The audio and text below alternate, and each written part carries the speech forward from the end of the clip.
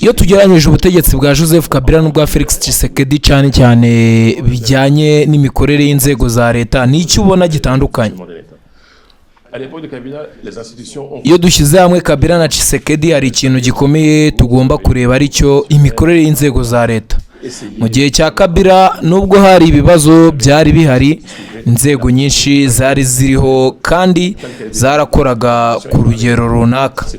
Hari urukiko rushinzwe kurinda itegeko nshinga, hari izindi nzego z'ubutabera kandi uburyo bwo gushyiraho abayobozi bwageragezaga gukurikiza inzira zateganyijwe n'amategeko. Intara nazo zari zifite uburyo bwo gukora, zifite ingengo y'imari kandi zari zigerageza gushyira mu bikorwa gahunda zazo. Ariko uyu munsi ni icyo ubona cyahindutse ku bijyanye n'imiyoborere y'intara. Uyu munsi ikibazo gikomeye ni uko intara nyinshi zidafite ubushobozi bwo gukora. Abadepite b'intara bamaze igihe badahembwa, ba guverineri b'intara bamwe bakaba barimo gushaka ubundi buryo bwo gukomeza imirimo yabo. Ibi bigaragaza ko uburyo bw'imiyoborere y'igihugu bufite ikibazo. Hari abavuga ko Kabila yari yarasize igihugu mu bihe bibi. Wowe ubibona ute? Iyo urebye imibare y'inzego mpuzamahanga nka banki y'isi, IMF niyo hajemo na BAD, usanga hari itandukaniro rigaragara. Kuri njye Kabila ntiyasize Kongo iri ku rwego rwo kuba kimwe mu bihugu bikennye cyane ku isi nk'uko bimeze ubu. Imibare irivugira. Uyu munsi Repubulika ya Demokarasi ya Kongo iri mu bihugu bifite ubukene bukabije ku isi, ndetse hari aho ishyirwa inyuma y'ibihugu nka Sudani y'Epfo na Burundi. Iyo uvuga ko igihugu kitagengwa neza cyangwa kitayoborwa neza, ni ibihe bimenyetso ushingiraho? Reka dufate urugero rw'ikibazo cya Ebola. Ntibyumvikana kubona abaganga n'abaforomo batishyurwa ariko bakoherezwa kurwanya icyorezo kiri ku rwego mpuzamahanga. Abasirikare nabo bajya ku rugamba badafite ubwishyu buhagije. Ibi byose bigaragaza ikibazo cy'imiyoborere n'imicungire y'igihugu.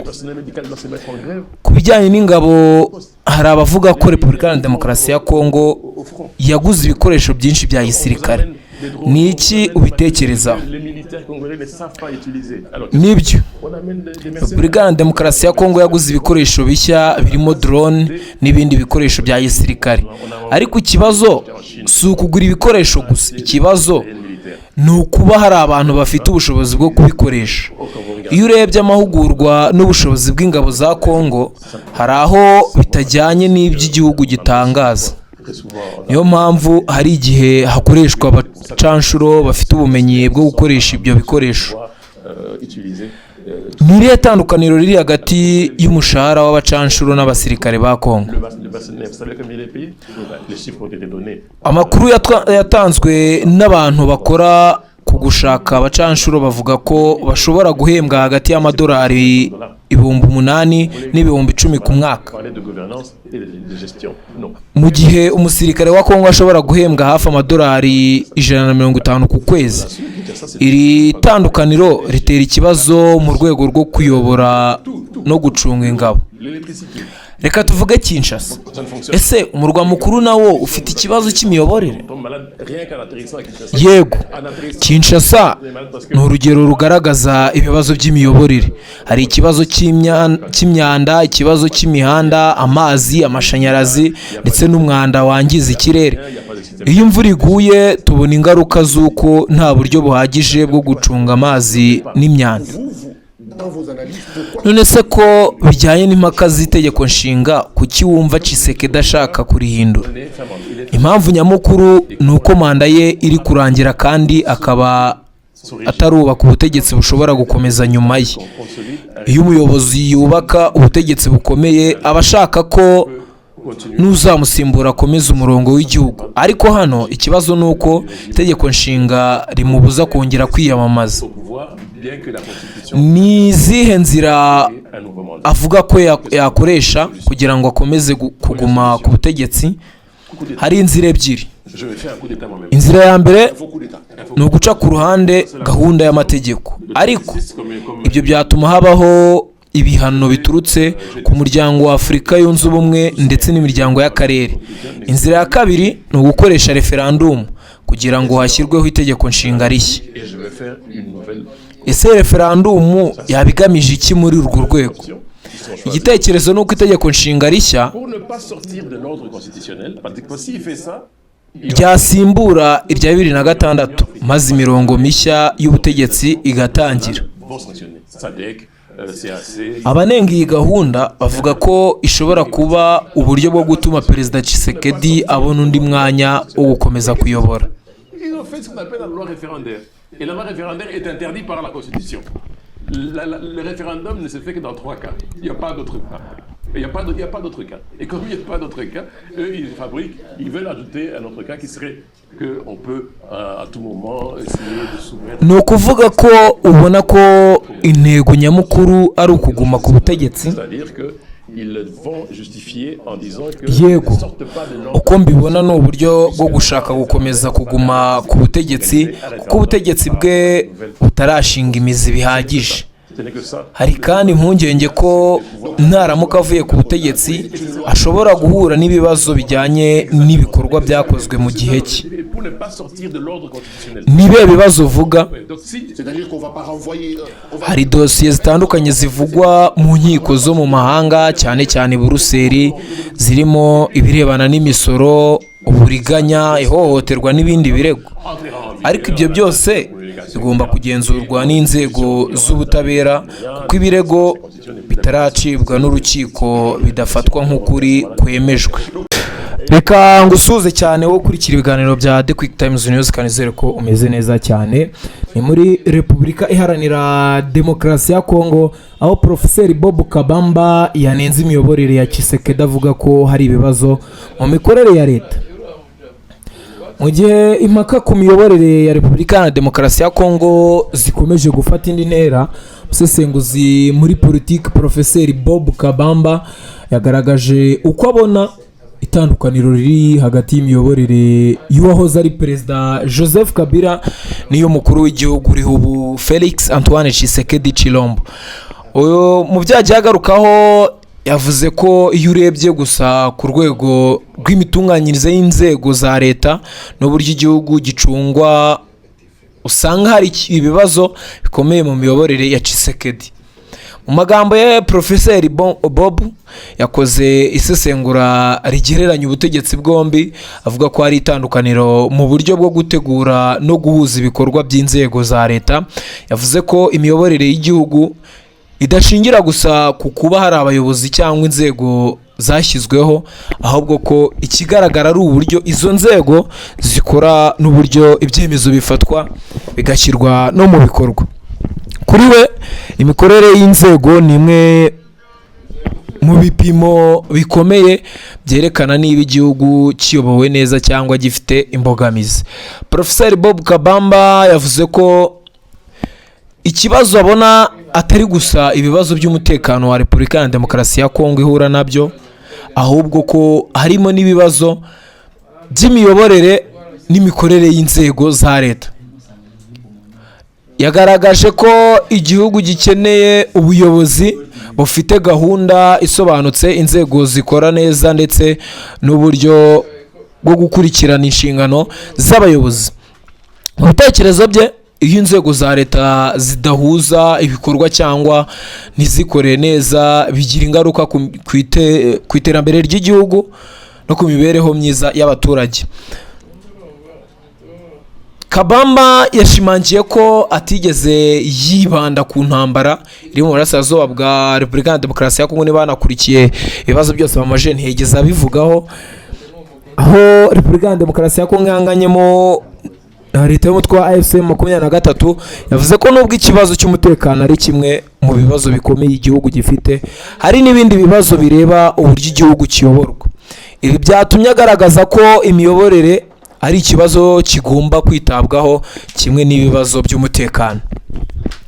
Byo ni bimwe mu byagiye agarukaho, nyine anavuga ko ibintu bigoye cyane. Ibitekerezo bya Profeseri Bob Kabamba byongeye gutangiza n'ubundi impaka ku kibazo cy'uko Repubulika Iharanira Demokarasi ya Kongo ikwiye kuyoborwa. Wabona ko Tshisekedi ntacyo ntacyo arusha Joseph Kabila urebye uburyo bayoboraga. Yego yavuze ko icyo gihe naho hari ibibazo, ariko ugiye kureba kubu ikintu asa naho yagendeyeho nuko yavuze ko inzego za leta ku bwa Joseph Kabila zarakoraga, nubwo wenda hari ibyo bibazo nyine bindi bigiye bitandukanye, ariko zarakoraga mu turere tugiye dutandukanye, mu ntara zigiye zitandukanye, ubuyobozi bwari buri active. Ariko ubu Tshisekedi ubona ko ntago ubuyobozi bukora, aho usanga abanyapolitiki bamwe na bamwe aribo biharira imyanya, ugasanga nyine ntago igihugu gikwiye kiyoborwa nk'uko cyakwiye kuba kiyoborwa. Ari naho ashingiye avuga ko Kabila we kuri wabona ko arinze Tshisekedi. Ubwo niba bitandukanye nyine we niko abyumva. Ubwo ikintu umuntu yakora nyine nuko umuntu yabashimira cyane, ubundi nkubwira ngo ukomeze ukurikira ibiganiro bya The Quick Times News kugira ngo dukomeze kubana 5 kuri 5, mukomeze kugira ibihe byiza kandi muhaye muronke mu byo mukora byose, Imana ibaho umugisha. On change la constitution actuelle. Comme je l'ai dit tout au départ, il est fin mandat. Et comme on en est fin mandat, il n'a pas consolidé son régime. Quand on consolide un régime, c'est-à-dire qu'on consolide un régime pour que, si je ne suis plus président, quelqu'un d'autre peut continuer à être président à ma place. Ça, ce n'est pas dans la logique du régime actuel. Comment faire pour rester au pouvoir, bien que la Constitution m'interdit de pouvoir briguer un nouveau mandat? Alors, qu'est-ce qu'il faut faire? 2 solutions. Première solution, coup d'État. Je vais faire un coup d'État moi-même.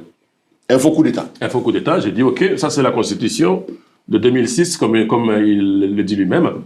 Je vais jeter cette Constitution et comme ça, tout ce qui a été fait avec cette Constitution n'existe plus et je me autoproclame président de la République et je vais faire une nouvelle Constitution. Ça, c'est option. Deuxième option qu'ils ont choisie, c'est que pour ne pas sortir de l'ordre constitutionnel, parce que s'il fait ça, il y aura des sanctions. Tout de suite, l'Union africaine va sanctionner et les organisations régionales vont sanctionner. SADC, CAC, East African Community, comme c'est interdit, ils vont être sanctionnés. Alors, pour ne pas sanctionner, pour ne pas sortir justement de l'ordre constitutionnel, et qu'est-ce qu'ils ont fait? Ils ont fait ce qu'on appelle la loi référendaire. Et la loi référendaire est interdite par la Constitution. Le référendum ne se fait que dans 3 cas. Il n'y a pas d'autre cas. Il n'y a pas d'autre cas. Et comme il n'y a pas d'autre cas, eux, ils veulent ajouter un autre cas qui serait qu'on peut à tout moment essayer de soumettre un nouveau texte aux Congolais pour adoption.